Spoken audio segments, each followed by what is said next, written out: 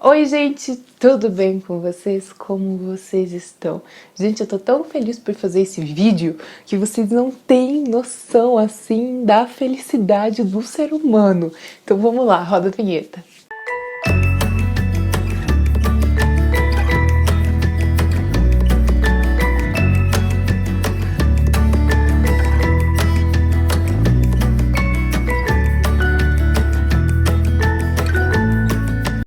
Bom, gente, como já é de costume, que eu faço isso há muito tempo, eu vim aqui fazer hoje o resumo do meu 7º período, tá?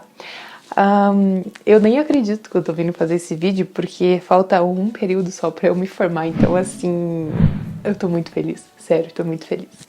Bom, então o que eu tenho pra dizer de inicial é que esse período, assim, eu acho que foi o único período na faculdade que não foi tão difícil. Na verdade, eu tava com bastante receio, assim, de trabalhar, de começar esse 7º período por conta da minha monografia, né? Mas não foi nenhum bicho de 7 cabeças, gente. Eu assim, ó, tô felizona. Então, o que acontece?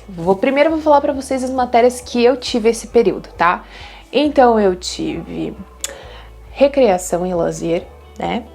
Tive gerontologia, que é uma matéria que você estuda sobre os idosos e o envelhecimento. Tive também a matéria da monografia, que eu já vou explicar pra vocês como é que funciona isso. Que a monografia, no caso, é o TCC, tá, gente? Tive a matéria de populações especiais. Tive também estágio obrigatório em treinamento desportivo. Então, basicamente foram essas matérias que eu tive esse período. Bom, então vamos começar falando sobre a matéria de populações especiais. A matéria de populações especiais não se trabalha com a deficiência física, porque essa matéria eu tive e a matéria se chamava adaptadas, tá? Essa matéria de populações especiais, ela trabalhava muito a questão de algumas patologias, como por exemplo a diabetes. A diabetes foi uma coisa que a gente trabalhou muito durante o semestre. E eu digo pra vocês, gente, a diabetes é uma coisa extremamente séria, principalmente a tipo 1. Então, assim, se você ainda não estudou sobre isso, eu recomendo, porque a quantidade de pessoas que tem diabetes, gente, é absurda, assim, sabe? Então, estudem, porque vocês saibam como agir neste caso. Além de trabalhar sobre a diabetes, nós também trabalhamos sobre a obesidade, tá? Sobre o câncer. E olha, gente, vou dizer uma coisa pra vocês. Estudar sobre o câncer é uma coisa muito difícil, assim, porque nas pessoas, o câncer é uma doença, assim, que às vezes vai se alastrando, assim, de uma forma tão rápida que a gente não consegue entender, sabe? E quando você estuda, você vê que são vários processos, assim, e... Ai, gente, é muito difícil estudar sobre o câncer, assim. Eu, particularmente, achei uma coisa muito difícil, assim, sabe? Nós estudamos também sobre doenças cardiovasculares como um todo. E uma coisa que eu não conhecia, que eu descobri esse período, é que existe... Na verdade, eu sabia sobre a existência do Colégio Americano de Medicina do Esporte, só que eu não sabia o que tanto eles faziam no Colégio Americano. E no Colégio Americano existe as diretrizes. Existem diretrizes para obesidade, diretrizes para câncer, diretrizes para obesos, para cardiopatas e etc. O que são essas diretrizes? Basicamente é um manual, olha que coisa maravilhosa, é um manual de como você deve trabalhar com essas pessoas que têm esses tipos de patologia. Gente, é incrível assim, sabe? Cada diretriz, sei lá, deve ter umas 300 páginas assim, mas é muito útil, porque aí o percentual de erro durante um treinamento com uma pessoa específica é muito pequeno assim, sabe? Então, se você ainda não conhece o Colégio Americano, gente, pelo amor de Deus, busca o Colégio Americano, porque assim, ó, vai ser a base pra tudo assim na sua vida. Eu não sei como é que eu não sabia disso antes, mas tudo bem. Então, assim, gente, lá no Colégio Americano tem tudo, escrito tudo. Tem testes que eles fizeram com pessoas que tinham câncer. É muito legal, gente. Busquem e estudem isso porque é muito legal. A matéria de recreação e lazer. A matéria de recreação e lazer, gente, foi bem tranquila, assim. Nós aprendemos o básico sobre como montar acampamento, acantonamento, o que é isso, o que é aquilo, atividades cooperativas, semi-cooperativas, competitivas e etc. Não é uma matéria difícil, é uma matéria bem tranquila, tá? Eu achei que a matéria foi fundamental, assim, principalmente no primeiro bimestre, tá? Porque acontece que às vezes a gente fica tão presa na matéria de monografia, aquilo deixa a gente meio tenso, assim, sabe? E eu acho que casou muito bem a gente ter tido a matéria de monografia e a matéria de recreação. Porque quando você tava, sei lá, estressado, tava ficando cansado, aí você tinha a matéria de recreação pra dar, assim, um ar na mente, sabe? Desestressar um pouco. Então, pra mim, assim, foi essencial. Aí eu tive o meu estágio de treinamento desportivo, que eu já fiz um vídeo falando sobre esse estágio, então eu vou deixar o link aqui na descrição para vocês verem. Mas basicamente o meu estágio de treinamento foi com crianças de sub-7, sei lá, sub-4 no futsal.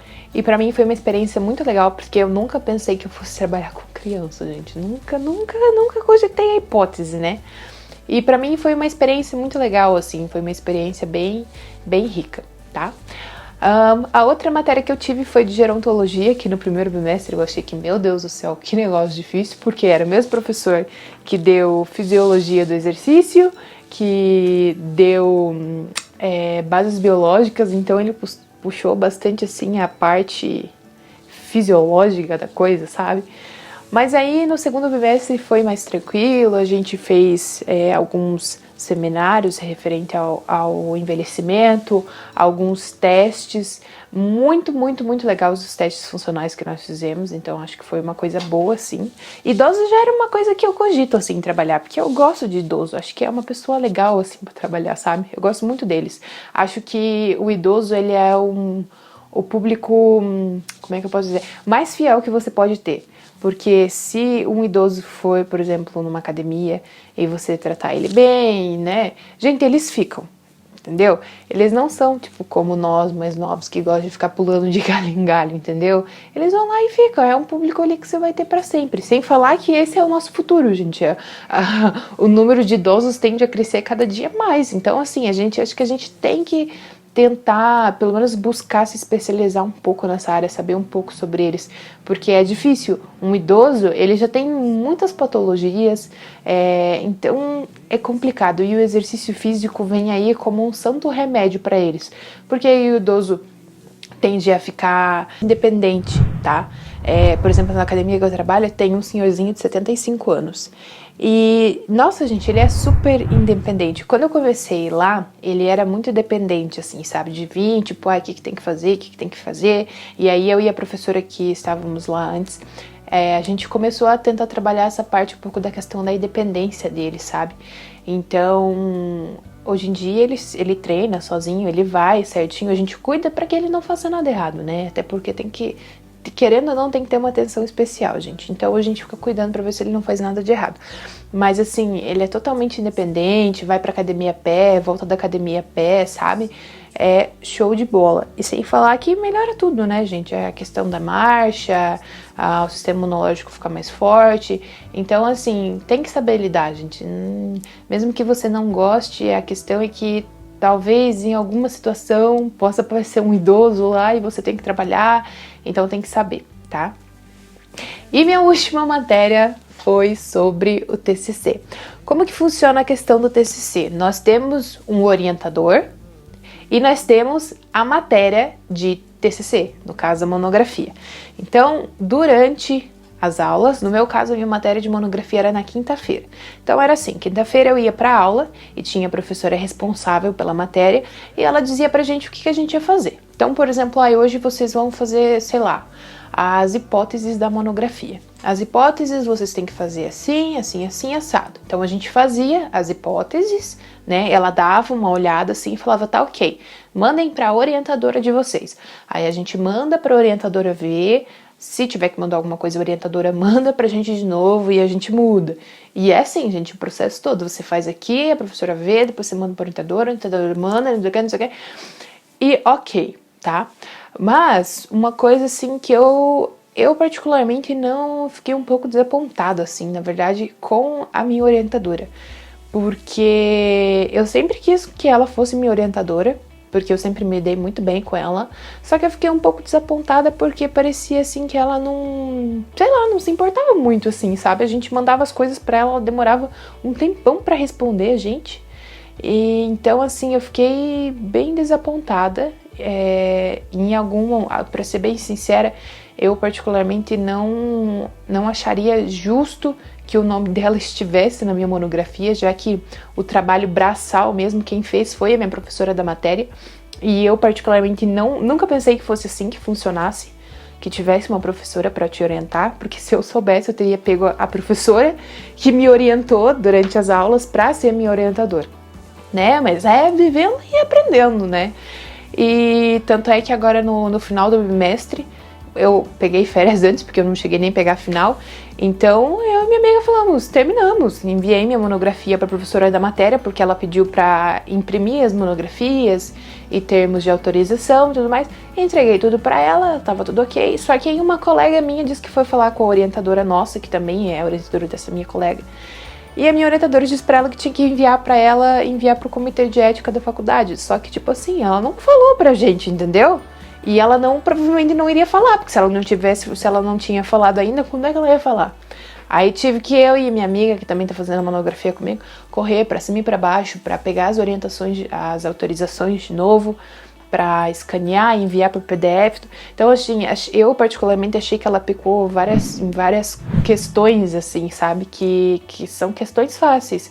Eu acho que a partir do momento que um professor ele se disponibiliza para ser orientador, ele realmente tem que orientar, né? Senão, não orienta. Simples assim, né?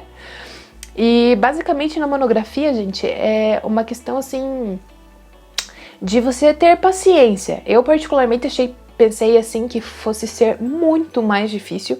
Eu acho até que minha monografia da escola foi mais difícil do que a da faculdade. Eu não sei se é porque de repente agora eu estou muito mais madura do que naquela época, né?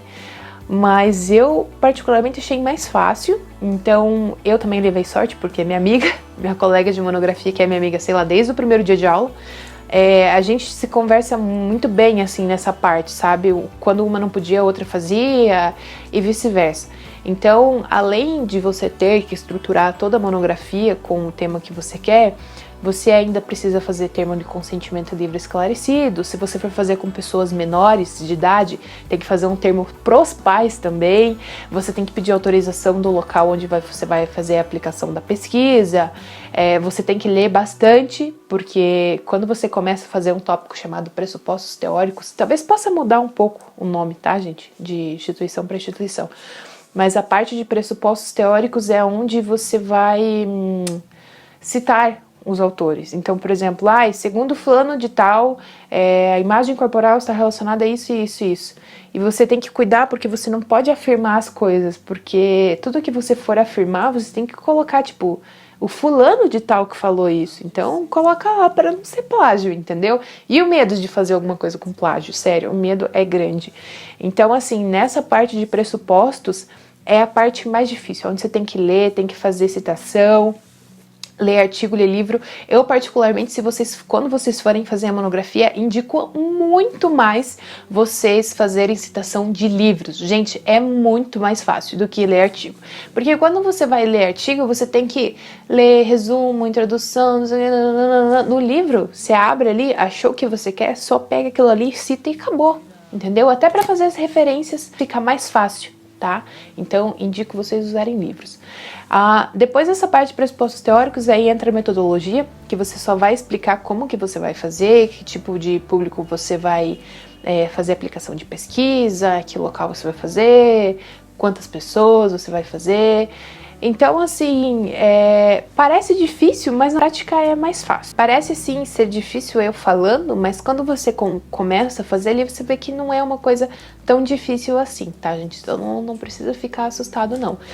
Pra quem tava me perguntando sobre o meu tema basicamente vai ser sobre recepção da imagem corporal de mulheres de 40 a 60 anos, praticantes de exercícios físicos regular, tá? A princípio vai ser esse, só que o problema é que a gente sempre acaba mudando uma coisinha ali, sabe? Então, talvez não seja esse o título final, mas a ideia principal é ver como estão a percepção de imagem corporal dessas mulheres na minha idade, porque quando uma mulher ela entra na menopausa, muda muita coisa na vida dela, sabe?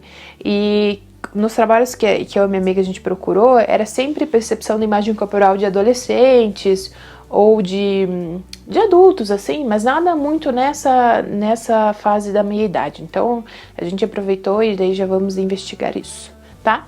Bom, gente, em resumo, esse foi o vídeo. Espero que vocês tenham gostado. Dá um like aqui embaixo, se inscreve aqui no canal se você ainda não for inscrito. Se você quiser comentar alguma coisa, pode comentar aí. Me siga lá nas minhas redes sociais. E é isso. Um beijo e até o próximo vídeo.